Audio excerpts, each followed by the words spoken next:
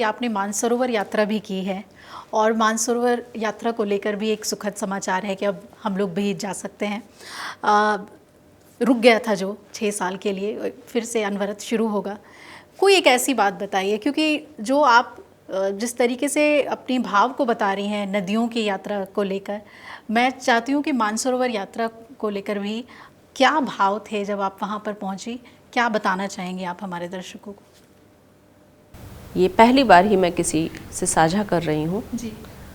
और आपकी आंखों की चमक ऐसी है कि मैं उत्तर देना ही पड़ेगा मुझे, जो पूछने का आपका भाव है। मेरे संज्ञान में, मेरे सानिध्य में ऐसे बहुत सारे लोग आ रहे थे जिनके या तो बच्चा नहीं था, या जो बच्चे थे वो विदेश में थे, या जो बच्चे थे वो निकृष्ट थे। वो सब 50, 55, 60 इस एज ग्रुप के थे। और वो अलग अलग तरह से, क्योंकि मैं उस समय पर कई सारे सांस्कृतिक आयोजन करती थी। मेरा एक इवेंट कंपनी थी जिसके आधार पर हम सांस्कृतिक आयोजन करते थे। उन आयोजनों की वजह से मुझे 25-26 राज्यों में भ्रमण करने का अवसर मिला। सो अलग अलग बहुत लोगों से मेरा कुछ आदत भी है, लोगों से किसी शहर जाओ तो वहाँ का भोजन, वहाँ का कल्चर, वहाँ की संस्कृति, वहाँ का मंदिर, इन सारी चीज़ों को परखा जाए, देखा जाए क्या है। कैलाश ने मुझे इतना साक्षात्कार कराया इस बात का कि शायद मैं अनुभूति आपसे नहीं कह पाऊँगी कि ये साक्षात्कार उन्होंने ऐसे कराया कि मैंने कहा कि धन्यवाद। आज मैं समझी मेरे हाथ खाली क्यों थे। आज मैं समझी एक एक वस्तु, एक एक तत्व, एक एक संबंध तुम हाथों से हटा क्यों रहे थे, क्योंकि बहुत खाली हाथ में ही कैलाश समा सकता था। अगर हाथ पहले से भरे होते तो कैलाश और मानसरोवर के लिए तो स्थान ही नहीं था। तो वो जो एक एक पीड़ा वो बीते वर्षों में मुझे पीड़ा लग रही थी, पर वो मेरे लिए किसी उद्देश्य से आगे बढ़ा रहे थे, क्योंकि शायद उनका आदेश था तुम्हारा जन्म तुम्हारे लिए नहीं, प्रकृति के लिए हुआ है। इस दुनिया में कुछ लोगों को ईश्वर अपने काम के लिए भेजता है और उन्हें ये अधिकार नहीं होता है, वो चाहें या ना चाहें, कि वो अपने लिए सोचें। और अगर आप थोड़ा भी आध्यात्मिक जागृत हो तो कैलाश जाने से कैलाश आने तक आप बदल चुके होंगे। आपका चीज़ें सोचने का ढंग, बोलने का ढंग, परिस्थितियों पर प्रतिक्रिया करने का ढंग, ये सब बदल जाएगा। मैं आपसे यही पूछना चाह रही थी कि आप तो आध्यात्मिक जीवन में हैं, आप एक सन्यासिनी हैं, लेकिन जो आम लोग यात्रा करना चाहते हैं वो जब जाते हैं तो क्या उनको कोई आध्यात्मिक अनुभूति होगी? बहुत कुछ पढ़ा है वहाँ के बारे में कि एक अलग ही वो वातावरण होता है। बहुत सारी ऐसी चीज़ें सुनी हैं कि वहाँ बाल बहुत जल्दी लंबे होते हैं, नेल्स बहुत जल्दी लंबे होते हैं। वैज्ञानिक दृष्टिकोण से भी कई तथ्य वहाँ के बारे में लोगों को मालूम है। वहाँ जाकर क्या अनुभूति है? शिव यही है, ये अनुभूति होती है, या फिर कुछ और आप अपनी आत्मा से कनेक्ट कर पाते हैं? ये कुछ सरल शब्दों में हमें समझाइए।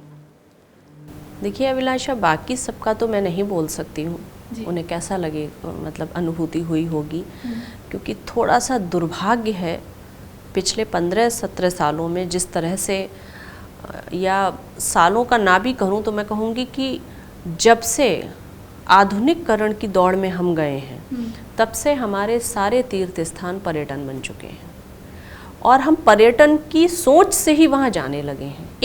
एक भागम भाग है, एक होड़ है, पड़ोसी 4 धाम हो आया है, हमें भी जाना है। और हमें जाना है तो हमें वहाँ प्रार्थना क्या करनी है, वहाँ जाने की ईश्वर से तैयारी क्या करनी है, इस पर ध्यान ना होकर ध्यान इस बात पे होता है कि बस जल्दी से फ़ोटो पड़ जाए, हम गए हैं, ये सर्कुलेट हो जाए, एक सेल्फी हो जाए। मैं उसकी बिल्कुल विरोधी नहीं हूँ, क्योंकि मैं खुद भी फ़ोटो लेती हूँ। फ़ोटो लेना इसलिए ज़रूरी है या इसलिए लेती हूँ, हर व्यक्ति अपने जीवन का ही फ़ोटो डाल रहा है ना। बिल्कुल जी। जो आप जी रहे हो, भाई आप एक इंटरव्यू ले रहे हो तो आपके फ़ोटो कौन से आएंगे? आप जिस क्षेत्र में हो, मैं आध्यात्मिक क्षेत्र में हूँ तो मेरे साधना के आते हैं, नदी किनारे के आते हैं, पहाड़ पे बैठ के आते हैं, क्योंकि सोशल मीडिया एक ऐसा माध्यम है जहाँ से आप सक्रियता से कार्य कर सकते हो, सृजनात्मक भी और नेगेटिव भी, जैसे आपका मनोभाव हो। लेकिन कैलाश इस दुनिया में नर्मदा के बाद दूसरा विलक्षण स्थान है जो मैंने अनुभव किया। जी। जब मैं वहाँ से चली तो मैंने हाथ जोड़कर आंख बंद करके उनसे यही मांगा, मुझे मेरी नर्मदा दे दो, क्योंकि मैं 5 साल से नर्मदा परिक्रमा के लिए सोच रही थी और रास्ता नहीं बन रहा था। तो मैं उनसे नर्मदा मांग के आई और उन्होंने मेरे दोनों हाथों में नर्मदा रख दी और उसके बाद मेरी नर्मदा परिक्रमा हुई। तो बहुत, जो आप कह रहे हो कि वहाँ नेल्स बड़े होते हैं, स्किन पे झुर्रियाँ ज़्यादा आती हैं, बाल जल्दी लंबे होते हैं क्योंकि ऑक्सीजन नहीं है, आप जिसे व्यवहारिक दृष्टि में ये कह रही हो, मैं उसे आध्यात्मिक दृष्टि में ये कहना चाहती हूँ कि जब आप कैलाश की परिक्रमा करेंगे तो आपको सिर्फ लिक्विड पे रखा जाता है, आपको भोजन नहीं देते क्योंकि वॉमिट होने लगेगी। आप चल भी रहे हो, आपके पास आपका सामान भी है, तो वो जो एक है ना, आप जिसे कहते हो कि ऑक्सीजन नहीं है वहाँ पर, मैं उसे कहती हूँ कि शिव बता रहे हैं कि उनका जो स्थान है वो इतना दुर्गम है कि हर व्यक्ति नहीं रह सकता। अगर आप ये वीडियो YouTube पर देख रहे हैं तो हमारे चैनल को सब्सक्राइब कर बेल आइकन दबाएं और Facebook पर देख रहे हैं तो हमारे पेज को लाइक करें।